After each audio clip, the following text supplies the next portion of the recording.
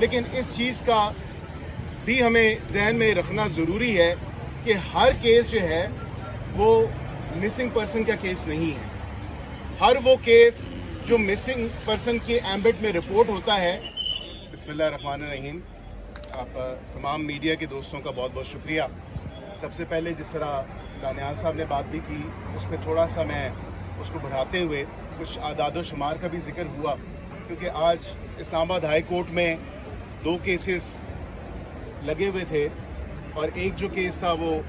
Missing Baloch students کا case تھا، اور دوسرا کیس جو احمد فرحاد صاحب کا کیس ہے اس کے حوالے سے. تو تھوڑی سی اس کے بیک گراؤنڈ میں جانے کی ضرورت ہے. جس طرح انہوں نے ذکر کیا کہ یہ عرصہ 3 سے 4 دہائیوں سے یہ مسنگ پرسنس کا ایشو چل رہا ہے، لیکن یہ فارملائز جب ہوا 2011 کا وہ ٹائم تھا جب کمیشن انفورس ڈسپیرنسز کے اوپر سپریم کورٹ کی ڈائریکشنز پہ اس وقت کی حکومت نے قائم کیا. اور اس میں جو اعداد و شمار جس طرح دانیال صاحب نے ذکر کیا کہ 10,000 سے تھوڑے سے زیادہ کیسز تھے اور تقریباً 78% کیسز ریزالو ہو چکے ہیں. ابھی انڈر وے اور انڈر انویسٹیگیشن جو کیسز ہیں وہ تقریباً 2200 کچھ کیسز ہیں. لیکن اس چیز کا بھی ہمیں ذہن میں رکھنا ضروری ہے کہ ہر کیس جو ہے وہ مسنگ پرسن کا کیس نہیں ہے. ہر وہ کیس جو مسنگ پرسن کے ایمبٹ میں رپورٹ ہوتا ہے وہ زمرے یا اس ایمبٹ میں یا وہ اس کی کوالیفیکیشن پوری طرح نہیں آتی. جس طرح ذکر کیا کہ کچھ شر پسند عناصر، non state actors, terrorist organization سے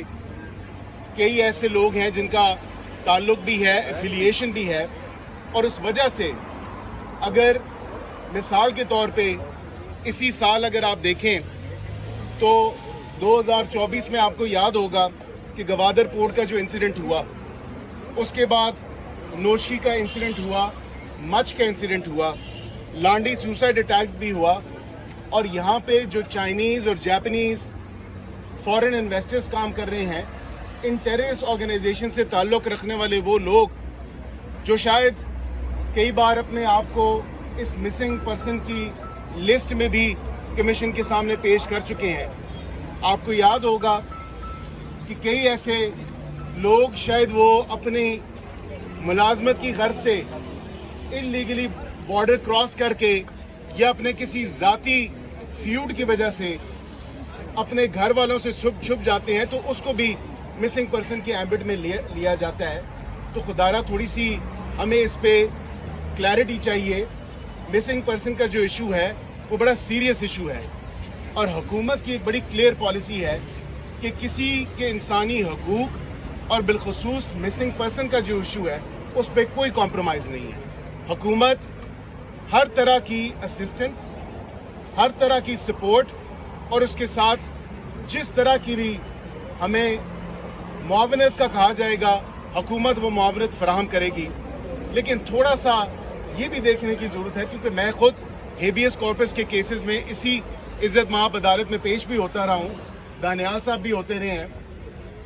تھوڑا سا ایک پروسیجر کو دیکھنا پڑے گا کہ ہیبیس کارپس کے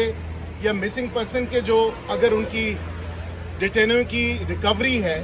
تو اس کے حوالے سے اس کے کچھ نہ کچھ بیک گراؤنڈ ضرور ہوتا ہے. جس طرح بلوچ اسٹوڈنٹس کا کیس ہے تو آپ کو بخوبی واقف ہے کہ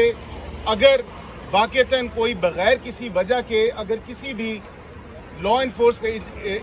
انفورسمنٹ ایجنسی نے اگر کسی کو پکڑا ہوا ہے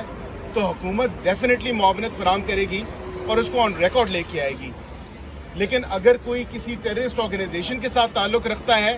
یا نان اسٹیٹ ایکٹر ہے اور ملک کو اور ملک کے اداروں کو نقصان پہنچاتا ہے تو اس کے ساتھ کسی قسم کا کمپرومائز نہیں ہے، اس کو آئرن ہینڈڈلی لیا جائے گا. ہم بحیثیت حکومت تمام تر جو معاونت ہے، تمام تر جو سپورٹ ہے وہ ہم فراہم کرنے کے لیے تیار ہیں اور فراہم کر بھی رہے ہیں. جہاں آپ کو یاد ہوگا کہ پی ڈی ایم کے ٹائم پہ بھی وزیر اعظم پاکستان اس وقت اسی عدالت میں اسلام آباد ہائی کورٹ میں پیش ہوئے تھے. اس ٹائم کے چیف جسٹس کے سامنے وہ پیش ہوئے اور کئی وزراء بھی پیش ہوئے. تو یہ ایشو ایک نادر موقع ہے اس انفورس ڈسپیرنسز یا مسنگ پرسن کے ایشو کو ونس اینڈ فار آل اس کے اوپر قانون سازی کر کے اس کو باقاعدہ طریقے سے ہمیں ڈیسائیڈ کرنا چاہیے. اور لیکن یہ بات بھی رکھیں کیونکہ یہ ایک پبلک امپورٹنس کا ایشو ہے اور اس پبلک امپورٹنس کے جو ایشو پہ پارلیمان کو بھی ہم نے اعتماد میں لینا ہے. اور کمیٹی آلریڈی ہم نے تشکیل پچھلی حکومت میں بھی دی ہوئی تھی اور ابھی بھی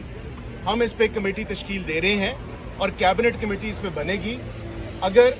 کوئی ایسی آبزرویشنز یا کوئی ایسی ریکمنڈیشنز کسی بھی ادارے سے آتی ہیں بشمول ہائی کورٹس کے یا سپریم کورٹ کے تو حکومت وقت اس کو ڈیفینیٹلی کنسیڈر بھی کرے گی, اس کو لیجسلیشن میں انکلکیٹ بھی کرے گی اور اس کو ایک پالیسی فارمیشن کی طرف لے کے جائے گی تاکہ یہ issue once and for all ہم ڈیسائیڈ کریں بجائے اس کے کہ روز اس طرح کی ہیبیس پٹیشنز یا مسنگ پرسن کا جو ایشو ہے وہ عدالتوں میں آئے. تو حکومت کا سیریسنس لیول آپ یہ دیکھ سکتے ہیں کہ پچھلے کئی سالوں میں مختلف ادوار میں یہ ایشو کافی حد تک 78% جو ہے ریزالو ہو چکا ہے اور آئندہ بھی ہماری کوشش ہے کہ اس ایشو کو حل طلب کریں اور اس ایشو پہ سیریسلی ایک پالیسی فارمیشن ہو تمام سٹیک ہولڈرز کو بٹھا کے. لیکن یہ بات ذہن نشین کر لیں کہ اگر پاکستان مخالف اور پاکستان کے خلاف کوئی اگر ایسے عناصر ہیں جو مسنگ پرسن کا لبادہ اوڑھیں گے تو ان کے ساتھ کسی قسم کا کمپرومائز نہیں ہے. ان کے ساتھ سخت سے سخت جو قانونی کارروائی ہوگی وہ عمل میں لائی جائے گی. جب اپوزیشن میں ہوتی ہے تب جا کے بلوچوں کے کیمپوں میں بھی بیٹھتی ہے, جا کے ان سے اظہار یکجہتی کرتی ہے, مسنگ پرسنس کے معاملے پہ بھی بولتی ہے. اور دوسری بات یہ کہ شاید جو احمد فرحات صاحب ہیں ان کو کیا مسئلہ تھا, ایجنسیز کو ان سے کیا مسئلہ تھا, کیا وہ خطرہ بنے ہوئے تھے, کوئی اس طرح کا کوئی ملکی سالمیت کے لیے جو خطرہ؟ دیکھیں آپ نے سوال کیا, آپ کے سوال آن ریکارڈ آ چکا ہے اور یہ بات واضح طور پہ آئی ہے کہ کسی لا انفورسمنٹ ایجنسی نے احمد فرحات صاحب کو نہیں اٹھایا. یہ آن ریکارڈ بات آئی ہے تھرو ڈپٹی اٹارنی جنرل اور ایڈیشنل اٹارنی جنرل صاحب نے واضح کورٹ پہ بیان دیا ہے اور اپنے کامنٹس جمع کرائے ہیں جس میں کہا ہے کہ کوئی law enforcement agency Ahmad Farhat صاحب کو نہیں اٹھایا گیا. لیکن اگر ہمیں تھوڑا وقت دیا جائے اس کو ٹریس آؤٹ کیا جا سکتا ہے. لا انفورسمنٹ ایجنسی فیڈرل گورنمنٹ ہے, پروونشل گورنمنٹس کے ساتھ ہم نے کام کرنا ہے کیونکہ آدھے سے زیادہ ایشو جو ہے وہ بلوچستان حکومت کو بھی ہم نے آن بورڈ لینا ہے کیونکہ زیادہ بلوچ جو وہاں کے رہائشی ہیں وہاں کا ایشو ہے اس کو بھی ایڈریس کرنا ہے. لیکن جہاں تک آپ نے اسپیسیفکلی احمد فرحات صاحب کی بات کی کیونکہ وہ معاملہ جو ہے سبجیکٹس ہے اس پہ زیادہ کامنٹ نہیں کروں گا, لیکن حکومت کی طرف سے ایک واضح سٹانس آ چکا ہے اور حکومت کا سٹانس ہے کہ کسی لا انفورسمنٹ ایجنسی نے اس کو نہیں اٹھایا. ایک سیکنڈ